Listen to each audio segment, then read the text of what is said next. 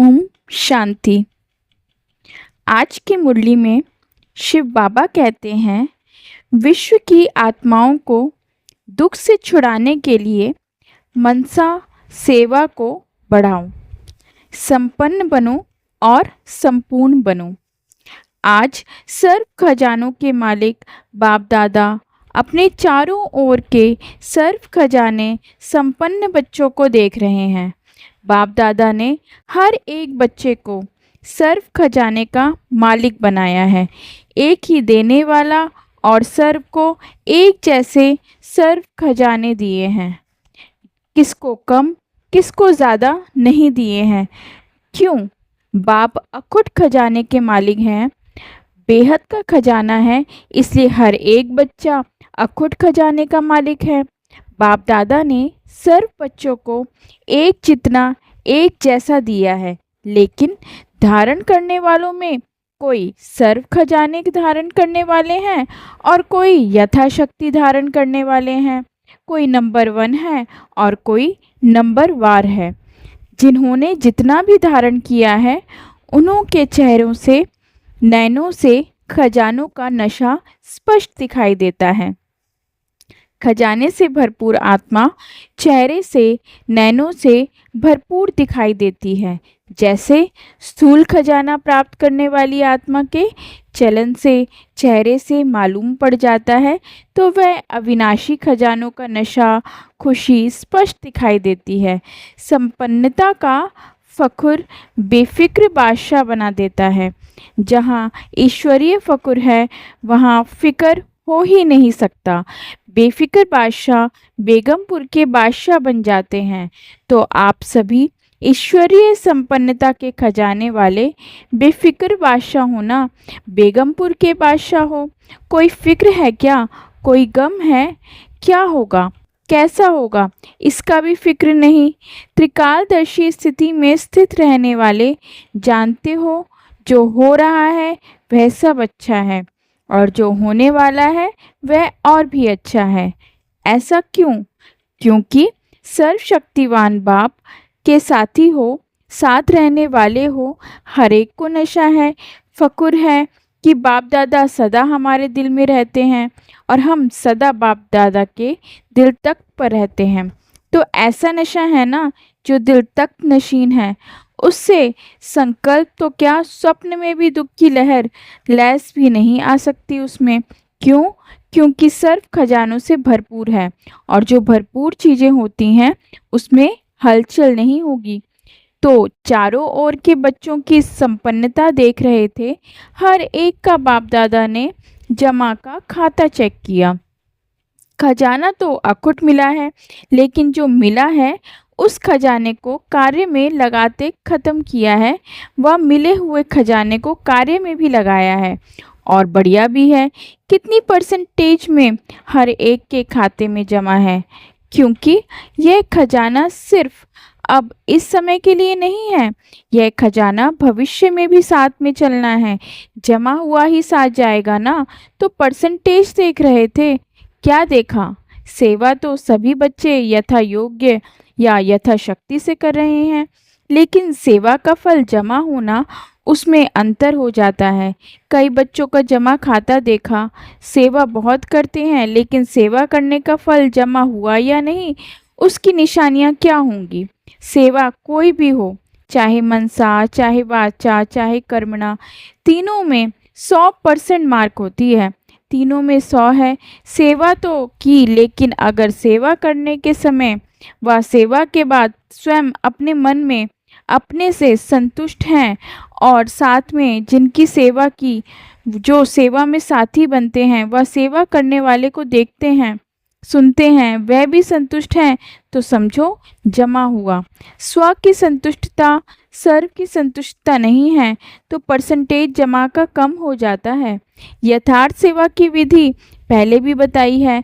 3 बातें विधि पूर्वक हैं तो जमा है, वह सुनाया है। एक निमित्त भाव, दूसरा निर्माण भावना, तीसरा निर्मल स्वभाव, निर्मल वाणी, भाव, भावना और स्वभाव। बोल, अगर यह 3 बातों में एक भी बात कम है, एक है, दो नहीं है, दो है, एक नहीं है, तो वह कमज़ोरी जमा की परसेंटेज कम कर देती है। तो 4 ही सब्जेक्ट में अपने आप को चेक करो, क्या 4 ही सब्जेक्ट में हमारा खाता जमा हुआ है? क्यों? बाप दादा ने देखा कि कईयों की 4 बातें जो सुनाई भावना देती है, उस प्रमाण में कई बच्चों का सेवा समाचार बहुत है, लेकिन जमा का खाता कम है। हर खजाने को चेक करो। ज्ञान का खजाना अर्थात जो भी संकल्प कर्म किया वह नॉलेजफुल हो सकेगा क्या? साधारण तो नहीं हुआ। योग अर्थात सर्वशक्ति का खजाना भरपूर हो तो चेक करो हर दिन की दिनचर्या में समय प्रमाण जिस शक्ति की आवश्यकता है उसी समय वह शक्ति ऑर्डर में रही। मास्टर सर्वशक्तिवान का अर्थ ही है मालिक। ऐसे तो नहीं समय बीतने के बाद शक्ति का सोचते ही रह जाएंगे। अगर समय पर ऑर्डर करने पर शक्ति इमर्ज नहीं होती, एक शक्ति को भी अगर ऑर्डर में नहीं चला सकते तो निर्विघ्न राज्य के अधिकारी कैसे बनेंगे? तो शक्तियों का खजाना कितना जमा है?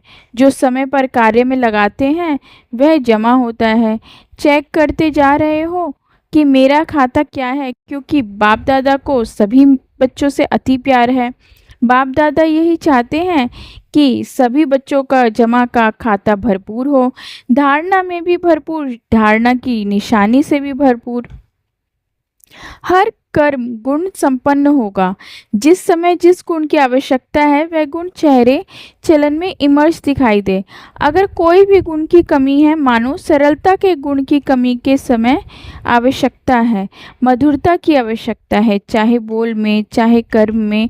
अगर सरलता मधुरता के बजाय थोड़ा भी आवेशता या थकावट के कारण मधुर बोल नहीं है, चेहरा मधुर नहीं है, सीरियस है, तो गुण संपन्न तो कहेंगे ही नहीं ना। कैसे भी सरकमस्टांस हो, लेकिन मेरा जो गुण है वह मेरा गुण इमर्ज होना चाहिए। अभी शॉर्ट में सुना रहे हैं। ऐसे ही सेवा में सेवाधारी की सबसे अच्छी निशानी है स्वयं भी सदा हल्का, लाइट और खुशनुमा दिखाई दे। सेवा का फल है खुशी। अगर सेवा करते खुशी गायब हो जाती है तो सेवा का खाता जमा नहीं होता। सेवा की समय लगाया, मेहनत की तो थोड़ी परसेंटेज में वह जमा होगा, फालतू नहीं जाएगा, लेकिन जितनी परसेंटेज में जमा होना चाहिए उतना नहीं होता। ऐसे ही संपर्क संबंध की निशानी दुआओं की प्राप्ति हो। जिसके भी संपर्क संबंध में आए उनके मन से आपके प्रति दुआएं निकलें। बहुत अच्छा, बाहर से नहीं दिल से निकले। दिल से दुआएं निकलें और दुआएं अगर प्राप्त हैं तो दुआएं मिलना यह बहुत सहज पुरुषार्थ का साधन है। भाषण नहीं करो, चलो मनसा सेवा भी इतनी पावरफुल नहीं है। कोई नए नए प्लान नहीं बनाने आते हैं, कोई हर्जा नहीं है। सबसे सहज पुरुषार्थ का साधन है दुआएं लो दुआएं दो। ऐसे बाप दादा कई बच्चों के मन में संकल्प रीड करते हैं। कई बच्चे समय अनुसार सरकमस्टेंस अनुसार कहते हैं कि अगर कोई खराब काम करता है तो उसको दुआएं कैसे दें? उस पर तो क्रोध आता है ना, दुआएं कैसे दें? फिर क्रोध के बाल बच्चे भी तो बहुत हैं। लेकिन उसने खराब काम किया, वह खराब है, आपने ठीक समझा कि यह खराब है। यह निर्णय तो अच्छा किया, समझा अच्छा, लेकिन एक होता है समझना, दूसरा होता है उनके खराब काम, खराब बातों को अपने दिल में समाना। समझना और समाना फ़र्क है। अगर आप समझदार हो, क्या समझदार कोई ख़राब चीज़ अपने पास रखेगा? लेकिन वह खराब है आपने दिल में समाया, अर्थात आपने खराब चीज़ अपने पास रखी और संभाली भी। समझना अलग चीज़ है, समाना अलग चीज़ है। समझदार बनना तो ठीक है, बनो, लेकिन समाओ नहीं। यह तो है ही ऐसा, यह संभालिया, ऐसे समझ करके व्यवहार में आना यह समझदारी नहीं है। तो बाप दादा ने चेक किया, अभी समय ऐसे समीप नहीं आना है, आपको लाना है। कई पूछते हैं थोड़ा सा इशारा तो दे दो ना, 10 साल लगेंगे, 20 साल लगेंगे, कितना समय लगेगा? तो बाप बच्चों से प्रश्न करता है। बाप से तो प्रश्न बहुत करते हैं ना, तो आज बाप बच्चों से प्रश्न करता है। समय को समीप लाने वाले कौन? ड्रामा है लेकिन निमित्त कौन? आपका एक गीत भी है, किसके रोके रुका है सवेरा, है ना गीत? तो सवेरा लाने वाला कौन? विनाशकारी तो तड़प रहे हैं कि विनाश करें विनाश करें, लेकिन नव निर्माण करने वाला क्या इतना रेडी है? अगर पुराना खत्म हो जाए, नया निर्माण हो नहीं, तो क्या होगा? इसलिए बाप दादा ने अभी बाप के बजाय टीचर का रूप धारण किया है। होमवर्क दिया है ना। कौन होमवर्क देता है? टीचर। लास्ट में है सदगुरु का पाठ। तो अपने आप से पूछो, संपन्न और संपूर्ण स्टेज कहाँ तक बनी है? क्या आवाज़ से परे व आवाज़ में आना दोनों ही समान है? जैसे आवाज़ में आना जब चाहो सहज है, ऐसे ही आवाज़ से परे हो जाना जब चाहे जैसे चाहे वैसे है। सेकंड में आवाज़ में आ जाते हैं, सेकंड में आवाज़ से परे हो जाएं, इतनी प्रैक्टिस है। जैसे शरीर द्वारा जब चाहो जहाँ चाहो वहाँ आ जा सकते हो ना, ऐसे मन बुद्धि द्वारा जब चाहो जहाँ चाहो वहाँ आ जा सकते हो। क्योंकि अंत में पास मार्क्स उसको मिलेगी जो सेकंड में जो चाहे, जैसा चाहे, जो ऑर्डर करना चाहे उसमें सफल हो जाए। साइंस वाले भी तो यही प्रयत्न कर रहे हैं, सहज भी हो और कम समय में भी हो।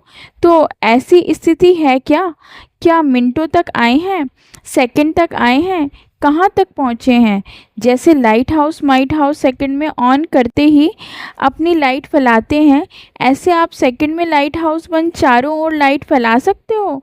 यह स्थूल आँख एक स्थान पर बैठे दूर तक देख सकती है ना, फैला सकती है ना अपनी दृष्टि। ऐसे आप तीसरे नेत्र द्वारा एक स्थान पर बैठे चारों ओर वरदाता विधाता बन नज़र से निहाल कर सकते हो। अपने को सब बातों में चेक कर रहे हो। इतना तीसरा नेत्र क्लीन और क्लियर है। सभी बातों में अगर थोड़ी भी कमजोरी है तो उसका कारण पहले भी सुनाया है कि यह हद का लगाव मैं और मेरा है।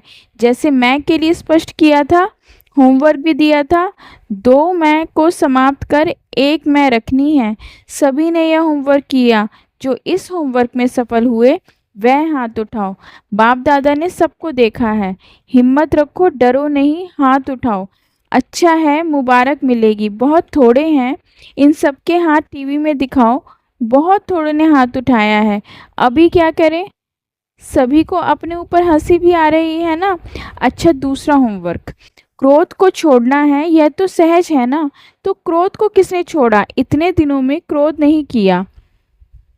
इसमें थोड़े ही लोगों ने हाथ उठाया जिन्होंने क्रोध नहीं किया। आपके आसपास रहने वालों से भी तो पूछेंगे। जिन्होंने हाथ उठाया वह खड़े हो जाओ। अच्छा, बहुत है। क्रोध नहीं किया है, संकल्प में मन में क्रोध आया, चलो फिर भी मुबारक हो। अगर मन में आया, मुख से नहीं किया तो भी मुबारक है। तो आप ही रिजल्ट के हिसाब से देखो। क्या स्थापना का कार्य स्वर्ग को संपन्न बनाना और सर्व आत्माओं को मुक्ति का वर्षा दिलाना, यह संपन्न हुआ है? स्वयं को जीवन मुक्ति स्वरूप बनाना और सर्व आत्माओं को मुक्ति का वर्षा दिलाना, यह है स्थापना करता आत्माओं का श्रेष्ठ कर्म। तो बाप दादा इसलिए पूछता है कि सर्व बंधनों से मुक्त जीवन मुक्त की स्टेज पर संगम पर ही पहुंचना है। वह सतयुग में पहुंचना है। संगम युग में संपन्न होना है या वहाँ भी राजयोग करके सीखना है? संपन्न तो यहाँ बनना है ना, संपूर्ण भी यहाँ ही बनना है। संगम युग के समय का भी सबसे बड़े ते बड़ा खजाना है। तो किसके रोके रुका है सवेरा, बताओ? तो बाप दादा क्या चाहते हैं? क्योंकि बाप की आशाओं का दीपक बच्चे ही हैं, तो अपना खाता अच्छी तरह से चेक करो। कई बच्चों को तो देखा, कई बच्चे तो मौजी राम हैं, मौज में चल रहे हैं, जो हुआ सो अच्छा। अभी तो मौज मना लो। सतयुग में कौन देखता है, कौन जानता है? जो जमा के खाते में ऐसे मौजी लाल कहो, मौजी राम कहो, ऐसे भी बच्चे देखे। मौज कर लो। दूसरों को भी कहते, अरे क्या करना है, मौज करो, खाओ पियो मौज करो, कर लो मौज। बाप भी कहते हैं कर लो। अगर थोड़े में राजी रहने वाले हो तो थोड़े में राजी हो जाओ। विनाशी साधनों की मौज अल्पकाल की होती है। सदा काल की मौज को छोड़कर अगर अल्पकाल के साधन की मौज में रहना चाहते हैं तो बाप दादा क्या कहेगा, इशारा देगा और क्या करेगा। कई हीरो की खान पर जाएं और 2 हीरे लेकर खुश हो जाएं, उसको क्या कहेंगे। तो ऐसे नहीं बनना। अतीन्द्रिय सुख के मौज में झूले में झूलो, अविनाशी प्राप्तियों के झूले की मौज में झूलो। ड्रामा में देखो, माया का पार्ट भी विचित्र है।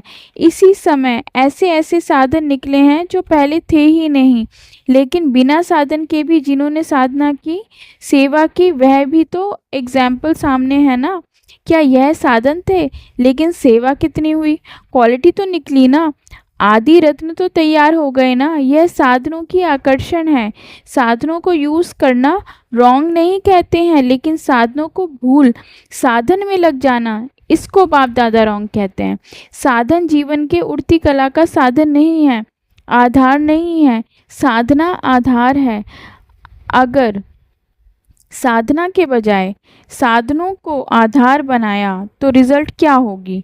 साधन विनाशी है, रिजल्ट क्या। साधना अविनाशी है, उसकी रिजल्ट क्या होगी। अच्छा चलो, चारों ओर के बच्चों के पुरुषार्थ और प्यार के समाचार पत्र बाबा को मिले हैं। बाप दादा बच्चों का उमंग उत्साह देख यह करेंगे, यह समाचार सुन खुश होते हैं। अभी सिर्फ तो हिम्मत रखी है, उमंग उत्साह रखा है, इसको बार बार अटेंशन दे प्रैक्टिकल में लाना है। यही सभी बच्चों के प्रति बाप दादा के दिल की दुआएं हैं। और सभी चारों ओर के संकल्प, बोल और कर्म में संपर्क संबंध में संपन्न बनने वाले श्रेष्ठ आत्माओं को सदा स्वर दर्शन करने वाले स्वदर्शन चक्रधारी बच्चों को सदा दृढ़ संकल्प द्वारा मायाजीत बन बाप के आगे स्वयं को प्रत्यक्ष करने वाले और विश्व के आगे बाप को प्रत्यक्ष करने वाले सर्विसिएबल, नॉलेजफुल, सक्सेसफुल बच्चों को बाप दादा का याद, प्यार और दिल से पदम पदम गुणा दुआएं। नमस्ते। आज का वरदान। सच्चे साफ दिल के आधार से नंबर 1 लेने वाले दिलाराम पसंद भव। अर्थात दिलाराम बाप को सच्ची दिल वाले बच्चे ही पसंद हैं। दुनिया का दिमाग ना भी हो, लेकिन सच्ची साफ दिल हो तो नंबर 1 ले लेंगे, क्योंकि दिमाग तो बाप इतना बड़ा दे देता है जिससे रचिता को जानने से रचना के आदि मध्य अंत की नॉलेज को जान लेते हो। तो सच्ची साफ दिल के आधार से ही नंबर बनते हैं, सेवा के आधार से नहीं। सच्चे दिल की सेवा का प्रभाव दिल तक पहुंचता है। दिमाग वाले नाम कमाते हैं और दिल वाले दुआएं कमाते हैं। आज का स्लोगन। सर्व के प्रति शुभ चिंतन, शुभ कामना रखना ही सच्चा परोपकार है। अव्यक्त इशारे। सहज योगी बनना है तो परमात्म प्यार के अनुभवी बनो। जो बच्चे परमात्म प्यार में सदा लवलीन खोए हुए रहते हैं, उनकी झलक और फलक अनुभूति की किरणें इतनी शक्तिशाली होती हैं जो कोई भी समस्या समीप आना तो दूर, लेकिन आंख उठाकर भी नहीं देख सकती। उन्हें कभी भी किसी भी प्रकार की मेहनत हो ही नहीं सकती। ओम शांति।